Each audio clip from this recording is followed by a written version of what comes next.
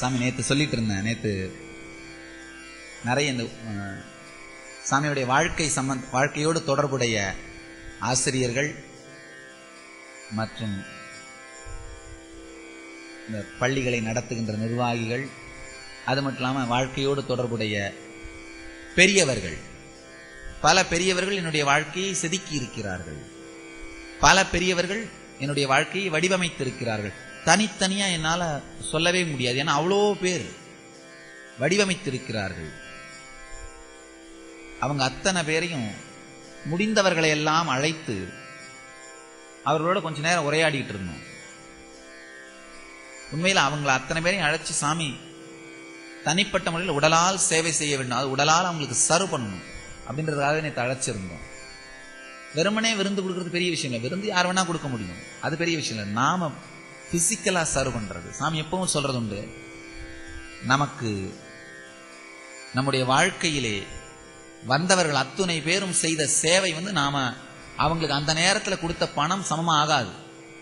நாம நினைக்கலாம், டீச்சருக்கு போய் ஏன் பெருசா நன்றி சொல்லணும், அவங்க தான் சம்பளம் கொடுத்துட்டாங்களா கவர்மெண்ட், நாம தான் இல்ல ஸ்கூலுக்கு ஃபீஸ் கட்டிட்டோமே. கிடையாது, அது கிடையாது.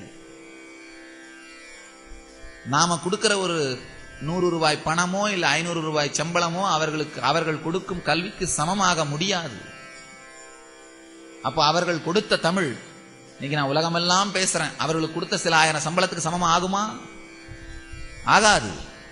அவர்களை நோக்கி நாம் வைத்திருக்கின்ற நன்றி உணர்வுதான் சமமாக முடியும்.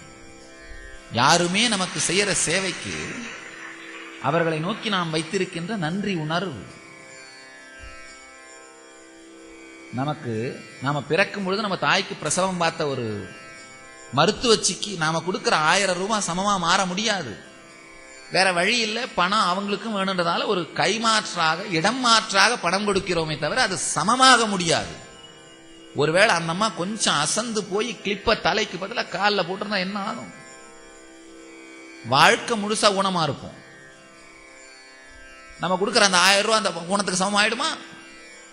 முடியாது. யாரு செய்கின்ற சேவைக்கும் பணம் சமமாக முடியாது. சமூகத்துல வாழ்ந்தாகணும், அவங்களும் சாப்பிட்டாகணும், வாழ்ந்தாகணும். அதனால நம்ம கிட்ட இருக்கிற பணத்தை கொஞ்சம் பகிர்ந்துக்கிறோம், அவ்வளவுதானே தவிர சேவைக்கு நன்றி மட்டும்தான் சமமாக இருக்க முடியும். நன்றி உணர்வு மட்டும்தான் சமமா இருக்க முடியும். சாமி நேத்து அவங்களோட பேசும்போது சொல்லிட்டு இருந்தேன்,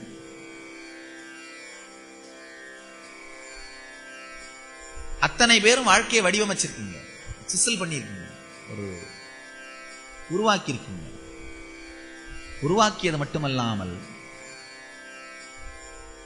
இது கொஞ்சம் அகங்காரத்தினால் அல்ல, பெருமையினால் சொல்கின்றேன்.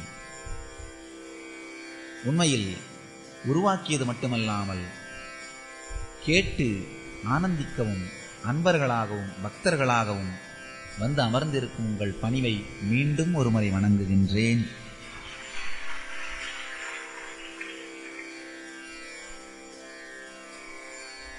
சாமி உண்மையிலே நினைக்கிறது உண்டு, சில நேரத்தில் நினைக்கிறது உண்டு. இங்க உட்கார்ந்திருக்க அத்தனை பேரும், பல பேர் என்னுடைய ஆசிரியர்கள்.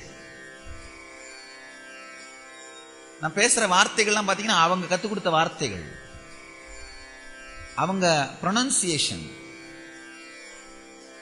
ஆனா அத்தனை பேர் வந்து உட்கார்ந்து கேட்கிறார்கள். ஆசிரியர்கள் மட்டும் இல்ல, பல பேர் ஆன்மீகத்திலோ அல்லது உலகியல் விஷயங்களிலோ அல்லது சமூக ரீதியிலோ பல விதத்தில் உயர்ந்திருப்பவர்கள் வந்து உட்கார்ந்து கேட்கணும்னா ஒரு பெரிய பணிவு வேணும்.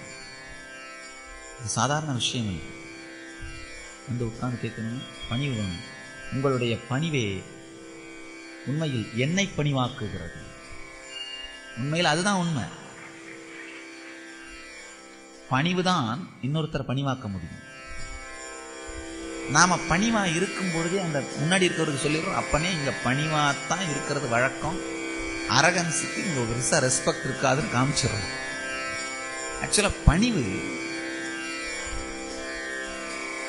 அடுத்த வரையும் பணிவாக்கும். அமைதி அடுத்த வரையும் அமைதியாகும்.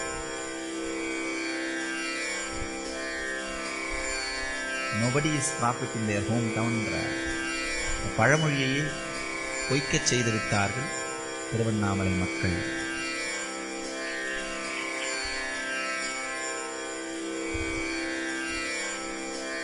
சாமி முதலே சொல்லிட்டு இருந்த மாதிரி பந்தத்திற்கான ஊராக இல்லாமல் முக்திக்கான ஊராக மாறிவிட்டது. ஒருத்தரங்கிட்ட கேட்டாரு, ஒரு சன்னியாசி அடிக்கடி சொந்த ஊருக்கு போறீங்க அப்படின்னு. நான் சொன்னேன், அந்த மாதிரி ஒரு ஊர் உனக்கு சொந்த ஊரா அமையலையே அப்படின்ற பொறாம உனக்கு என்னப்பா பண்ணு. அதுதான் உண்மை. ஒரு ஞானத்தலம், ஒரு ஞான புரி, அது ஒரு ஆழ்ந்து பார்த்தோமானால் சாமி எப்பவும் சொல்றது உண்டு,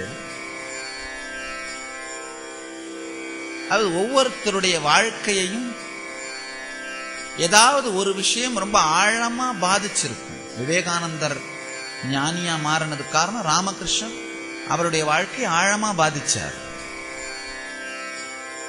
அது மாதிரி ஒவ்வொருத்தருடைய வாழ்க்கையும் யாராவது ஒருத்தர் ஆழமா பாதிச்சிருப்பார்கள். உண்மையில பார்த்தா என்னுடைய வாழ்க்கையை எந்த வாழ்ந்த ஞானியும் ஆழமா பாதிக்கல. ஏன்னா நான் எந்த ஞானியோடையும் உடல் ரீதியா வாழற அளவுக்கு யாரும் கிடைக்கல. எந்த ஒரு வாழ்ந்த ஞானியோடையும் உடல் ரீதியா வாழல. பல பேர் என்ன கேட்கறது, எப்படி உங்களுக்குள்ள பின்ன இந்த ஆன்மீக உத்வேகம் இன்ஸ்பிரேஷன் நடந்ததுன்னு.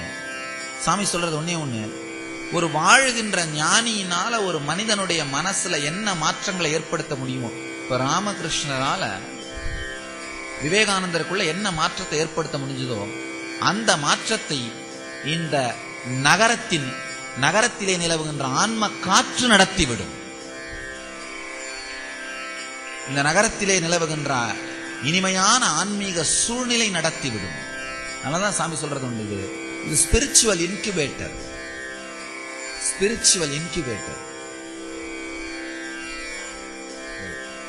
குறை பிரசவத்தில் பிறக்கிற குழந்தைகளுக்கு எப்படி இன்குபேட்டர்ல வச்சு அந்த குழந்தைங்களை பார்க்கறாங்களோ, பாதுகாத்துக்கிறார்களோ, அந்த குழந்தைகளுக்கு தேவையான உணவு எல்லாவற்றையும் அந்த இன்குபேட்டர் சப்ளை பண்ணுதோ, அந்த மாதிரி ஒரு ஞானி மலரணும் அப்படின்னா தேவைப்படுகின்ற ஸ்பிரிச்சுவல் இன்குபேட்டர் இந்த அருணாச்சலம், திருவண்ணாமலை பூமி. வாழையடி வாழையாக அருணகிரி யோகி ஈஸ்வரிலிருந்து பார்த்தோம்னா ஏறத்தாழ 2000 ஆண்டுகளாக உடைபடாத சங்கிலியாக, அன்புரோக்கன் செயின், அன்புரோக்கன் லிங்க், இடையீடே இல்லாத ஞானிகள் இங்கிருந்து வெளிப்பட்டு கொண்டே இருந்திருக்கின்றார்கள். ஞான சக்தி வெளிப்பட்டு கொண்டே இருந்திருக்கிறது. ஏதோ ஒரு வடிவத்தில் இங்கிருந்து ஞான சக்தி வெளிப்பட்டு கொண்டே இருந்தது. பல பீடங்கள் கூட நடுவுல ஒரு 10 வருஷமோ 5 வருஷமோ ஒரு சன்னியாசியோ பீடாதிபதியோ இல்லாம வெட்டுப்பட்டு போயிருக்கு, இடைப்பட்டு போயிருக்கு. ஏன்னா அந்த சீடர் தயாராகிறதுக்கு முன்னாடி குரு இறந்து போயிருப்பார். அந்த மாதிரிலாம் நடந்திருக்கு. ஆனா இடைபடாத, வெட்டுப்படாத, அன்புரோக்கன் லிங்க்னு சொல்ற, உடைபடாத வாழையடி வாழையென வந்த ஞான பரம்பரைக்கு சொந்தமானது இந்த அருணாச்சலம்.